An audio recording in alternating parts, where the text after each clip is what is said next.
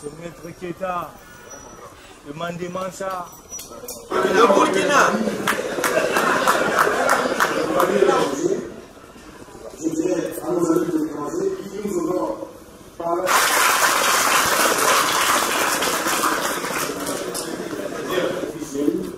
composé de madame à la droite de Maître Guéhi Keita, nous avons le bâtonnier en exercice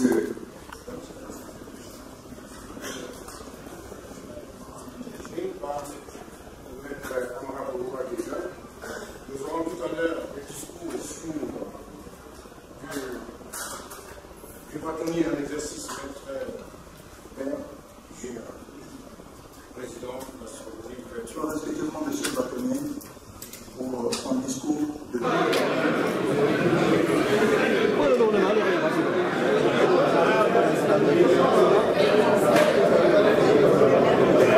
C'est avec une émotion profonde que je prends la parole en ce jour empreint de solennité marqué par la célébration de la première rentrée solennelle du barreau de Guinée. Permettez-moi, en tout premier lieu, d'exprimer ma gratitude envers Monsieur le bâtonnier ainsi que le Conseil de l'Ordre pour l'honneur qui m'a été fait de présider le comité d'organisation de cet événement inaugural. Je tiens également à remercier chaleureusement toutes celles et ceux qui, par leur dévouement et leur contribution, ont permis la réussite de cette rentrée. Félicitations à vous, les membres du comité d'organisation. Ce moment revêt une importance particulière, car il symbolise le renouvellement de notre engagement envers notre profession, la justice et la société que nous avons pour mission de servir. Il constitue également une précieuse opportunité de rappeler les raisons qui nous ont conduits à embrasser cette voie exigeante mais exaltante, celle de défendre les droits fondamentaux, de garantir l'équité et de porter la voix de ce que l'injustice réduit au silence. Notre profession est bien plus qu'un simple métier, c'est une vocation. Elle appelle à mettre nos connaissances, notre énergie et notre intégrité au service de la vérité et de la justice. Chaque fois que nous endossons notre robe, nous devenons le reflet de l'espoir de ceux qui, souvent, n'ont plus que nous pour les défendre. Nous incarnons l'espoir d'une société où la justice n'est pas un privilège, mais un droit fondamental accessible à tous sans distinction. Nous devons également reconnaître les défis auxquels nous faisons face. La complexité croissante des lois, l'évolution rapide des technologies et les dynamiques sociales changeantes nous imposent de rester en constante adaptation. Pourtant, au cœur de cette réalité mouvante, il est impératif de ne jamais perdre de vue les valeurs qui nous unissent. L'intégrité, la solidarité et la persévérance. Il ne suffit pas de connaître la loi, il faut la vivre, la comprendre et la défendre avec passion et rigueur. Chers confrères, chères consoeurs, l'unité est la force de notre barreau. Nous devons rester solidaires, nous épauler dans les moments difficiles, partager nos succès et apprendre de nos erreurs. La compétitivité existe certes, mais elle doit être saine et constructive. C'est ensemble que nous bâtissons la confiance du public envers notre profession. Une confiance qui se mérite par des actions empreintes de transparence, d'équité et de dévouement. Nous avons également un devoir envers la société dans laquelle nous évoluons. Notre engagement ne doit pas se limiter au prétoire. L'avocat a un rôle à jouer dans le débat public, dans l'éducation à la citoyenneté et dans la défense des principes démocratiques. Face aux injustices, aux inégalités et aux abus de pouvoir, nous devons être des acteurs du changement, des artisans de la paix et de la cohésion sociale. À ceux qui nous rejoignent aujourd'hui, je dis ceci. Soyez curieux, soyez audacieux et surtout, soyez fidèles à vos principes. N'oubliez jamais que votre réputation, construite avec patience et honnêteté, est votre bien le plus précieux. Respectez-la et elle vous ouvrira des portes et des opportunités que vous n'auriez jamais imaginées. En cette rentrée solennelle, je souhaite réitérer l'importance de la formation. Continue pour les jeunes avocats, continue pour les anciens, puisque le monde change, le droit évolue. La formation continue qui est un aspect fondamental de notre profession est consacré par la loi 014 régissant la profession d'avocat en Guinée. Ce dispositif, loin d'être une simple exigence administrative, incarne l'engagement de chaque avocat à maintenir un haut niveau de compétence et à s'adapter aux évolutions constantes du droit et de la société. La formation continue est une garantie essentielle de la qualité des services que nous offrons à nos clients. Elle nous permet non seulement d'approfondir nos connaissances dans nos domaines de spécialisation, mais aussi d'acquérir de nouvelles compétences. Cette obligation joue également un rôle clé dans la préservation de la crédibilité et de l'autorité de notre barreau, en veillant à ce que chaque avocat puisse répondre avec efficacité et pertinence aux besoins toujours plus complexes de ses clients. Ainsi, la formation continue ne se limite pas à une obligation légale. Elle est un levier puissant pour l'excellence professionnelle, l'innovation et la pérennité de notre métier. Le droit évolue et avec lui notre devoir d'actualiser nos connaissances. Partageons nos savoirs, organisons des conférences, échangeant sur nos pratiques. La transmission de la connaissance est un pilier de notre profession et c'est par elle que nous assurons la pérennité de l'excellence au sein du barreau.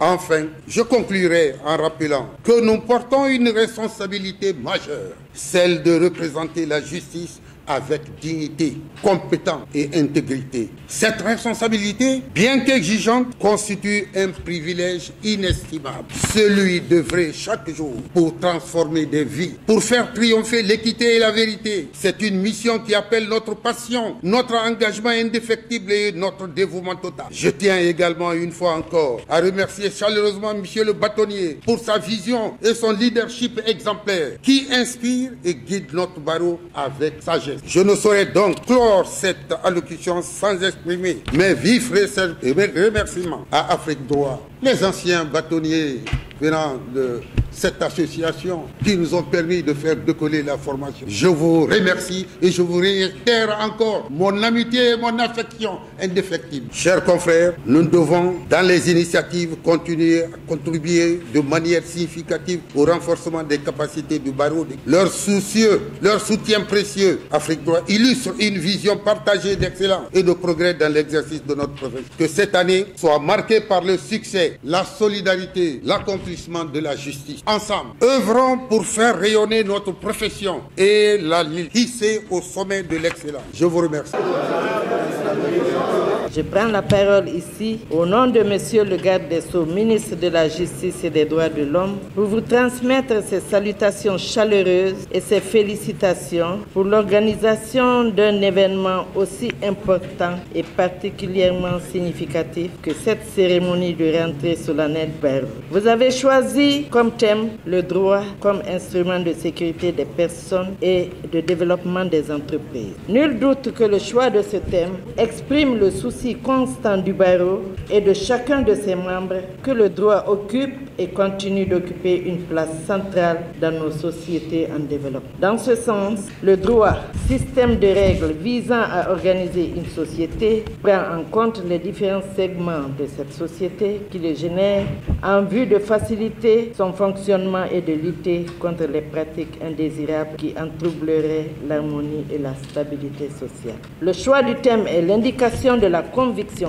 commune de toutes les professions juridiques que le droit dans toutes les sociétés joue un rôle essentiel, aussi bien dans la production et la répartition des biens, dans les prestations des divers services que dans le développement économique et social, en régissant la création, la gestion et la dissolution des entreprises. Ce sujet, ne dit-on pas que le droit offre un cadre juridique clair et sécurisé qui encourage l'investissement et l'innovation? En effet, l'histoire de l'humanité nous enseigne qu'il appartient au droit d'établir des règles qui permettent la vie en société, en organisant les relations entre les personnes, par exemple entre créanciers et débiteurs, ou entre époux, ou encore entre salariés et employeurs. Il ne s'arrête pas là. Il régule les relations avec et entre les institutions à travers le droit de vote, le paiement de l'impôt, le droit de circulation et d'établissement des personnes et des entreprises. Le droit est donc instrument de sécurité et de développement parce qu'il intervient dans la réglementation des principaux domaines de l'activité économique, dans la fixation des principes d'action et dans la création et la détermination du champ d'activité et de la procédure des organes de régulation et de contrôle. C'est cette intervention qui offre des garanties de paix, de quiétude et d'échange équitable qui se manifestent par des interdictions d'activités illicites ou de violence, des obligations d'agir ou de s'abstenir d'agir en vue d'un intérêt commun ou général. Mesdames et messieurs, le thème très pertinent et opportun de cette rentrée solennelle doit nous rappeler que l'objet du droit dans la pratique quotidienne est notre profession. Demeure le service public, les actes individuels et collectifs de la vie courante, les personnes et les biens, mais aussi l'intérêt général, les responsabilités, les libertés et le contentieux qui en découle. La sécurité définit les frontières entre ce que chacun peut et doit faire dans des conditions satisfaisantes et ce que l'on ne peut pas faire car cela peut nuire aux autres. Le droit donne ainsi un sens civique à l'existence de chaque individu qui fait partie de cette société. En tant qu'instrument de sécurité, l'objectif fondamental du droit public vise à assurer la stabilité, la légitimité et le bon fonctionnement de l'État au moyen de la primauté du droit qui repose sur le principe que toutes les actions de l'État doivent être conformes à la loi. Oui, mesdames et messieurs, le droit est un instrument de sécurité dans la mesure où il constitue le rempart qui protège les personnes, garantit les règles du vivre ensemble, promeut les droits et impose des devoirs à chacun, créant ainsi les conditions d'une société apaisée qui est une réponse à la légitime demande de sécurité des personnes et des entreprises. Le droit en tant qu'instrument de sécurité et de développement gouverne le service public de la justice dont le fonctionnement est caractérisé par l'indépendance, l'équité, la gratuité et la publicité. Telles sont, mesdames et messieurs, les humbles réflexions que le thème de cette entrée solennelle du barreau m'a inspiré et qui m'amène à dire que le rôle du magistrat, de l'avocat et de toutes les professions juridiques se situe dans cette essence du leitmotiv de nos engagements d'hommes de droit qui consiste à ne jamais transiger avec l'exercice vertueux de nos fonctions de soldats du droit. Soldats qui, eux aussi, ont besoin de protection spéciale allaitée par le droit afin d'être libres d'exercer leur sacerdoce en toute sécurité et indépendance. C'est sur ces mots que je vous souhaite bonne rentrée solennelle et bon déroulé, très bon déroulé de votre formation. Je vous remercie.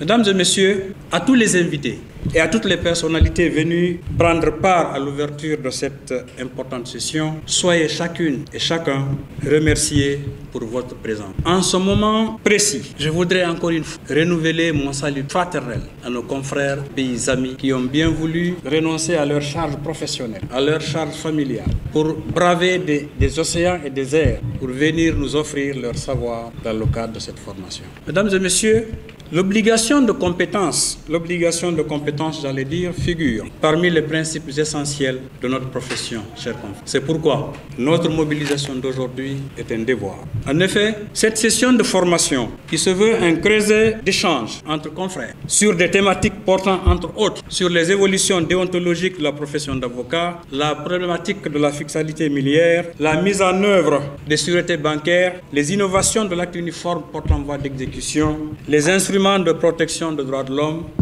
et autres, nous mobilisent ce matin. Au regard de la qualité des participants et de l'engagement de tous, je suis persuadé, chers confrères, mesdames et messieurs, les invités, que les engagements pertinents, ou les enseignements pertinents, j'allais dire, qui sortiront de cette session, nous permettront à chacun de nous de jouer sa partition pour le rayonnement du droit.